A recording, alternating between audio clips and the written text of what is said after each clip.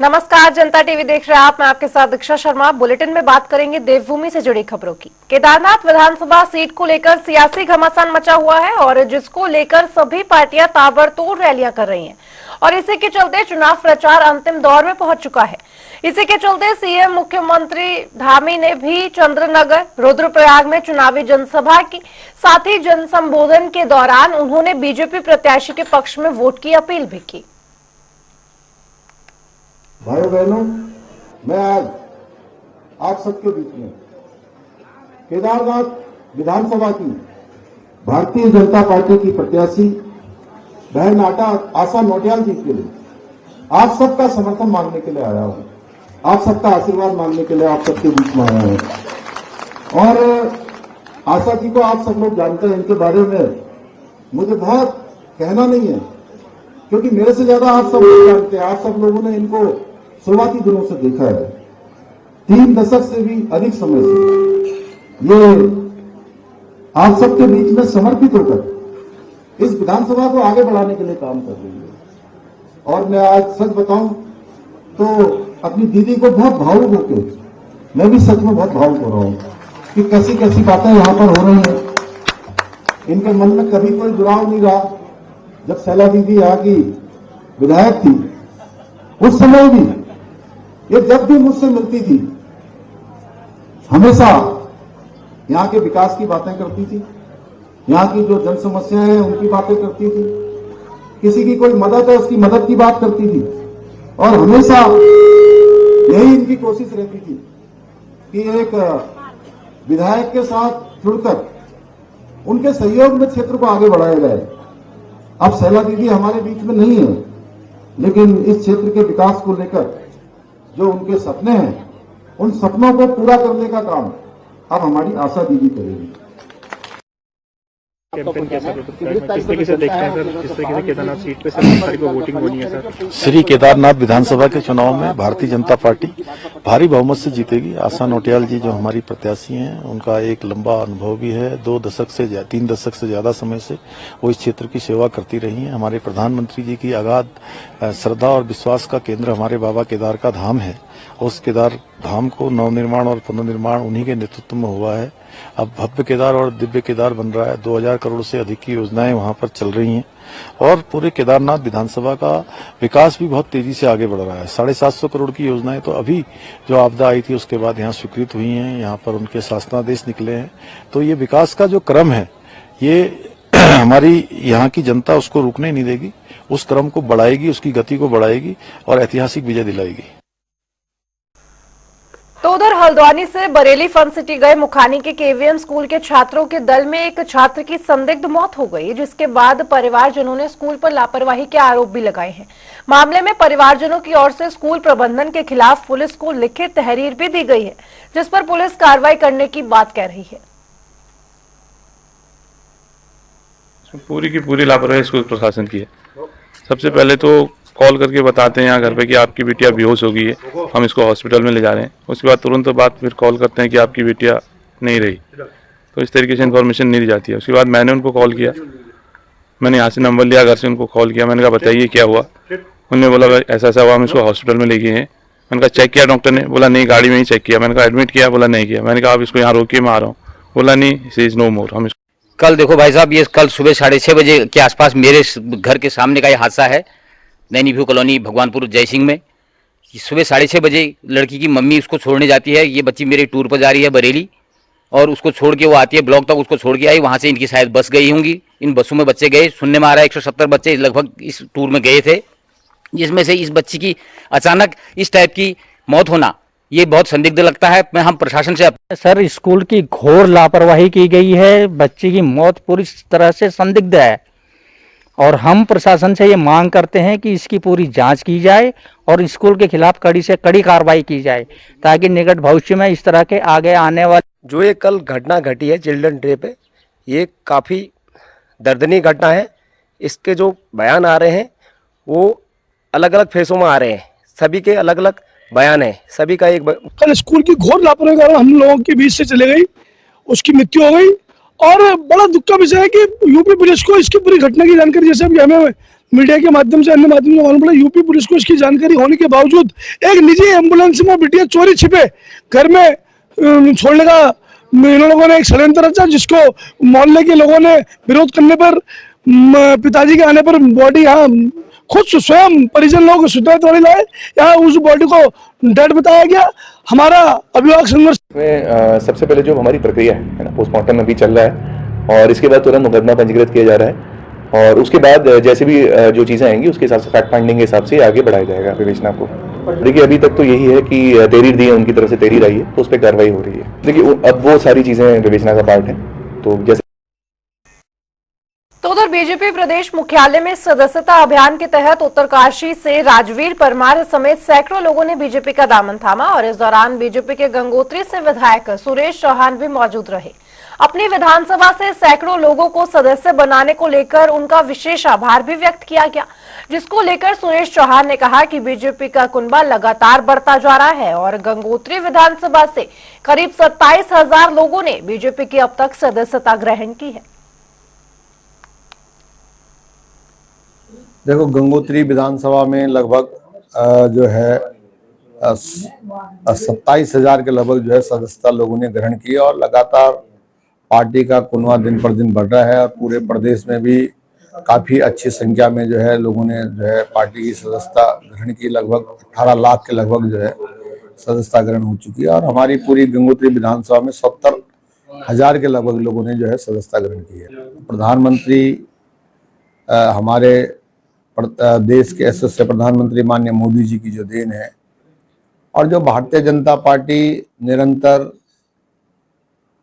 आम व्यक्ति के लिए और जो हमारा एक नारा है कि अंतिम छोर का व्यक्ति आगे की लाइन पर खड़ा हो, उस दिशा में कि जो सबसे ज़्यादा पिछड़ गया उसका विकास कैसे हो, चाहे आवास की बात हो, चाहे किसान सम्मान निधि की बात हो, चाहे आयुष्मान कार्ड की, बहुत सारी योजनाएं हैं जिससे लोगों का जो है मन जो है भारतीय जनता पार्टी की ओर है। लगातार जो हमारी जो है भारतीय जनता पार्टी विश्व की सबसे बड़ी पार्टी है। और बात करें ऋषिकेश की तो देश विदेश में ऋषिकेश अपनी एक अलग पहचान रखता है और इसलिए साल भर यहाँ पर्यटक आते रहते हैं और इसी के चलते पर्यटकों की सुविधा के लिए यहाँ के एक युवा ने ऐप बनाया है जो ऋषिकेश में पर्यटन और रोजगार को आसान करेगा और एक ही प्लेटफॉर्म पर पर्यटकों को सभी सुविधा मिल सकेगी, साथ ही स्थानीय लोग रोजगार भी मिलेगा। एक ही ऐप से हमारा मेन एम ये है कि सिर्फ एक एम से एक ऐप से हो जाए तो उस ऐप के थ्रू कर सकेंगे। उसके अलावा हमारा एक दूसरा ऐप है जो ड्राइवर्स के लिए, वो लेजिट हीरो के नाम से है, क्योंकि हम उन्हें ड्राइवर्स नहीं कहते, हम हीरो कहते हैं, जो आपके लिए रात भर जाग रहे हैं, आपको समय पे चीज़ें उपलब्ध करा रहे हैं, तो उनके लिए एक ऐप है लेजिट हीरो। तो उससे कोई भी व्यक्ति जो हमारे प्लेटफॉर्म से जुड़ना चाहता है, जिसके पास सारे तरीके के वैध दस्तावेज हैं, उसको सिर्फ ऐप डाउनलोड करना है, ऐप पे अपनी डिटेल्स भरनी है और वो हमारे प्लेटफॉर्म पे जुड़ जाएगा। तो वहीं धर्मपुर विधानसभा क्षेत्र से बीजेपी विधायक विनोद चमोली ने मुख्य सचिव राधा रतूड़ी, मुख्यमंत्री और विधानसभा अध्यक्ष को जनप्रतिनिधियों के प्रोटोकॉल को लेकर एक पत्र लिखा है। बता दें कि बीते 9 नवंबर को राज्य स्थापना दिवस के अवसर पर देहरादून पुलिस लाइन में कार्यक्रम के दौरान सीट पर बैठने को लेकर विधायक विनोद चमोली की अधिकारियों के साथ बहस हो गई थी, जिसके बाद अब विधायक चमोली ने मुख्य सचिव, मुख्यमंत्री और विधानसभा अध्यक्ष को पत्र लिखा है।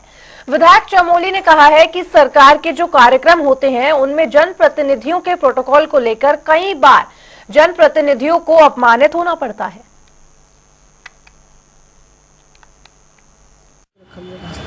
देखिए, मैं बहुत लंबे समय से राजनीतिक क्षेत्र में काम कर रहा हूं और देखने में आता है कि समय समय पर जनप्रतिनिधि, चाहे वो सरकार की बैठकें हों, चाहे सरकार के कार्यक्रम हों, चाहे विभागीय बैठकें हों, इनमें जनप्रतिनिधियों को लेकर, उनके प्रोटोकॉल्स को लेकर तमाम दिक्कतें रहती हैं और अक्सर इसमें जनप्रतिनिधियों को अपमानित भी होना पड़ता है और इसके कारण शासन प्रशासन को भी परेशानियां झेलनी पड़ती हैं।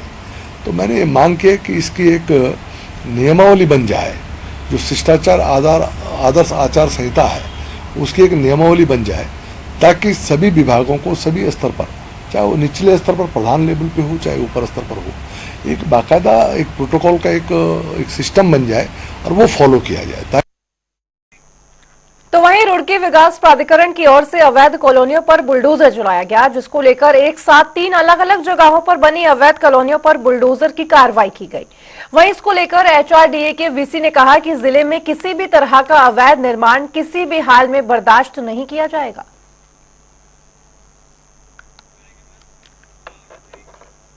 तो वहीं बरेली के फन सिटी में हल्द्वानी के KVM स्कूल की छात्रा की मौत के बाद मृतका के पिता की तहरीर पर पुलिस ने FIR तो दर्ज कर दी है और साथ ही प्राथमिक जांच भी शुरू कर दी है। पुलिस के अनुसार प्राथमिक जांच के बाद मुकदमा बरेली ट्रांसफर किया जाएगा, जिसके बाद पूरे मामले की जांच बरेली में ही होगी। पुलिस ने स्कूल प्रबंधन के खिलाफ गैर इरादतन हत्या का मुकदमा भी दर्ज किया है। पोस्टमार्टम रिपोर्ट आने के बाद ही मौत के असली कारणों का पता चल सकेगा। बताया जा रहा है कि स्कूल प्रबंधन चिल्ड्रंस डे पर 250 बच्चों को बरेली से फन सिटी पर दूर लाया था। जानकारी के मुताबिक फन सिटी में स्विमिंग पूल के पास अंजलि बेहोश होकर पानी में गिर गई थी। सर, अभी कल जो एक दुर्घटना हुई है KVM स्कूल की छात्रा के साथ, उसमें क्या कुछ कार्रवाई चल रही है आपकी तरफ से, क्या कुछ कदम उठाए गए? देखिए, इसमें जो ये एपिसोड हुआ था इसमें पोस्टमार्टम कर दिया गया है और मुकदमा पंजीकृत किया गया, 0 FIR करी गई है। अब आगे की कार्रवाई चल रही है विवेचनात्मक। सर, इसमें जो 0 FIR है, क्योंकि घटना स्थल स्टेट से बाहर का है, तो इसमें किस तरीके से कार्रवाई की जाती है, कैसे कार्रवाई होती है? देखिए, इसमें BNS में प्रोविज़न है 0 FIR का, और इसके माध्यम से यहाँ से FIR जो है, जो संबंधित जहाँ पे भी घटनास्थल होगा वहाँ को भेजी जाती है, फिर वहीं से IO अपॉइंट होते हैं और आगे की विवेचनात्मक कार्रवाई होती है इसमें। तो वहीं बीजेपी प्रदेश अध्यक्ष महेंद्र भट्ट ने संगठन महापर्व के तहत संगठन चुनाव की प्रक्रिया का शुभारंभ किया और इस अवसर पर मंडल अध्यक्ष बीरेंद्र सिंह राणा तथा शक्ति केंद्र सहयोग विजयपाल सिंह रावत की उपस्थिति में सर्वसम्मति से अध्यक्ष पद पर अम्बरीश प्रसाद थपलियाल को चुना गया है। संगठन पर्व का तृतीय चरण प्रारंभ हो चुका है। आज से बूथ के चुनाव संगठन के प्रारंभ हो गए हैं। मैंने आज अपने बूथ से इसको प्रारंभ किया है। 20 तारीख तक सभी बूथों पर संगठन के चुनाव होंगे और 22 तारीख को दिल्ली के अंदर पुनः संगठन पर्व की बैठक होने वाली है, जिसमें मंडल अध्यक्ष का चुनाव, उसके बाद जिला अध्यक्ष का चुनाव और फिर प्रदेश अध्यक्ष के चुनाव की विजय तिथि घोषित होगी। और मैं कह सकता हूं कि भारतीय जनता पार्टी यथातिथि उत्तराखंड संगठन अपने इस संगठन पर्व को पूर्ण करेगा।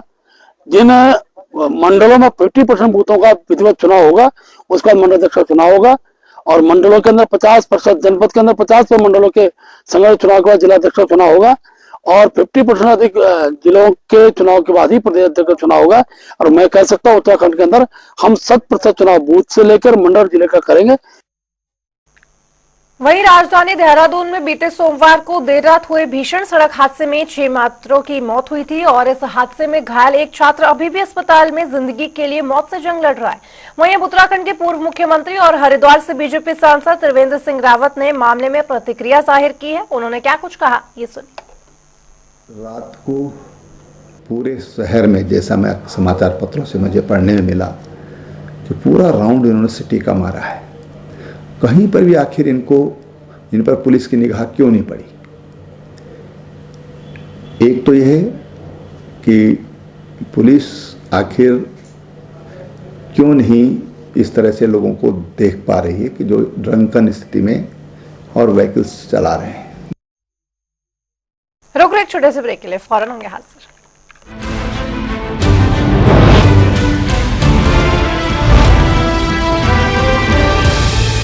इंजीनियर साहब, ये जो भाजपा महायुति अस्पताल बना रही है वो कब तक पूरा होगा? जल्द ही पूरा होगा और इससे सारे गांव को फायदा होगा। आता चलनार नहीं, आता चलनार नहीं। ये आ गए चलनार नहीं वाले। अरे तुम तो महाराष्ट्र में कुछ भी नहीं चलने दोगे। भाजपा महायुति की वजह से होने वाली प्रगति देखी नहीं जाती। अब तुम्हारा नहीं चलेगा। इन लोगों ने ही लगाई है वाट। अब सिर्फ भाजपा महायुति का साथ।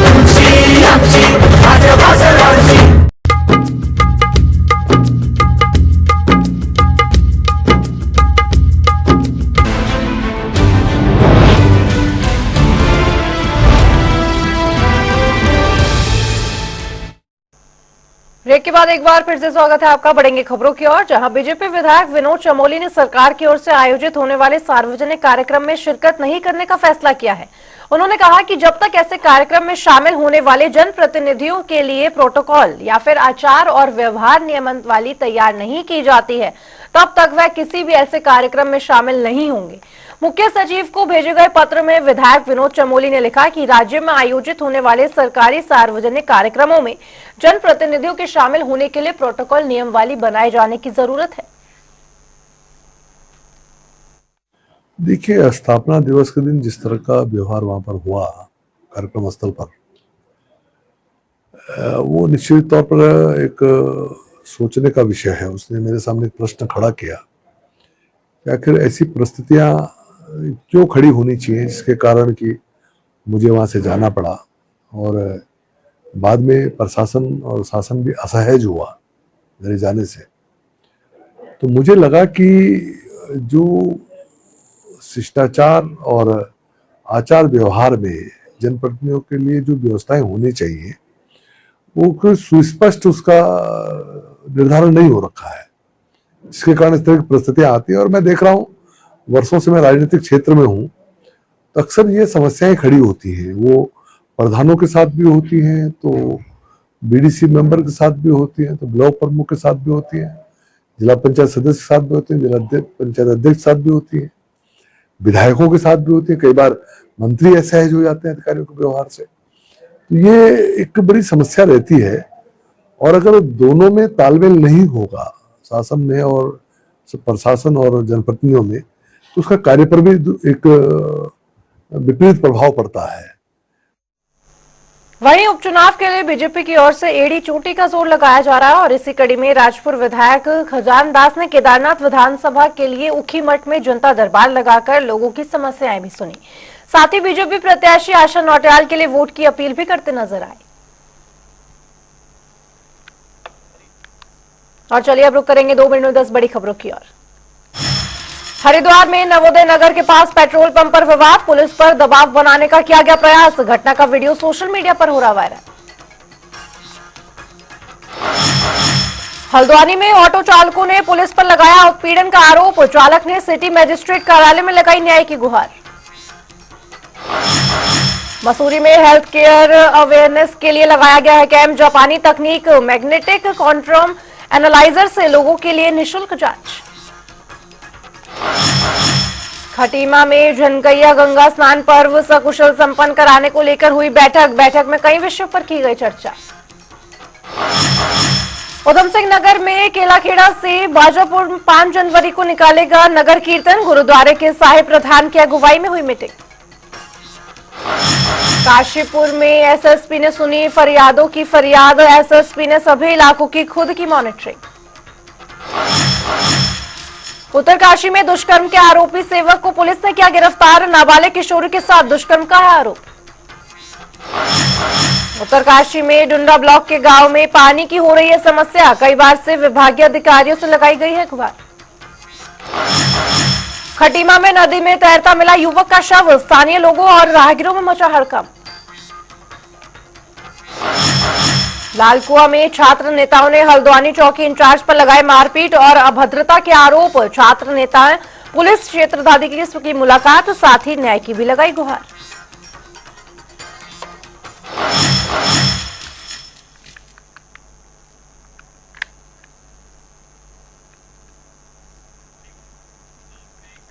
और रुक रहे एक छोटे से ब्रेक के लिए, फौरन होंगे हाजिर।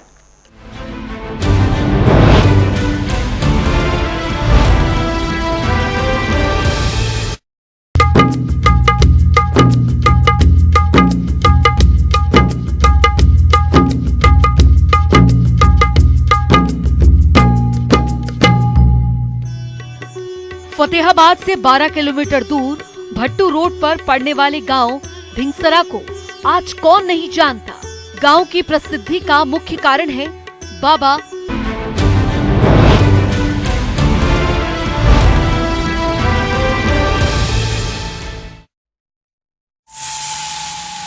खबर बड़ी जानकारी का। इस वक्त की बड़ी खबर बद्रीनाथ धाम से जुड़ी बड़ी खबर। आज बंद होंगे बद्रीनाथ धाम के कपाट। इस वक्त की बड़ी खबर, शीतकाल के लिए कपाट बंद होने की प्रक्रिया शुरू होगी।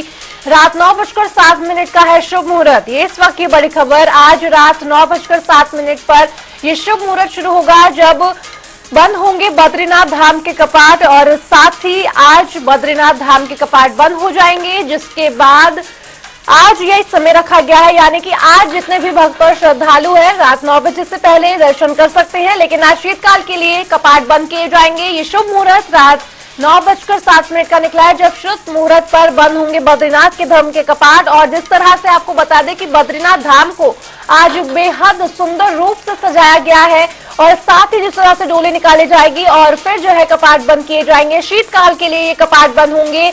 यानी कि कुल मिलाकर अगर बात की जाए यमुनोत्री की, गंगोत्री की और केदारनाथ धाम की, तो ये पहले ही बंद हो चुके हैं कपाट शीतकाल के लिए और आज बद्रीनाथ धाम के कपाट भी बंद हो जाएंगे। ये इस वक्त की बड़ी खबर, शुभ मुहूर्त में यानी कि रात 9:07 पर ये धाम के कपाट बंद हो जाएंगे।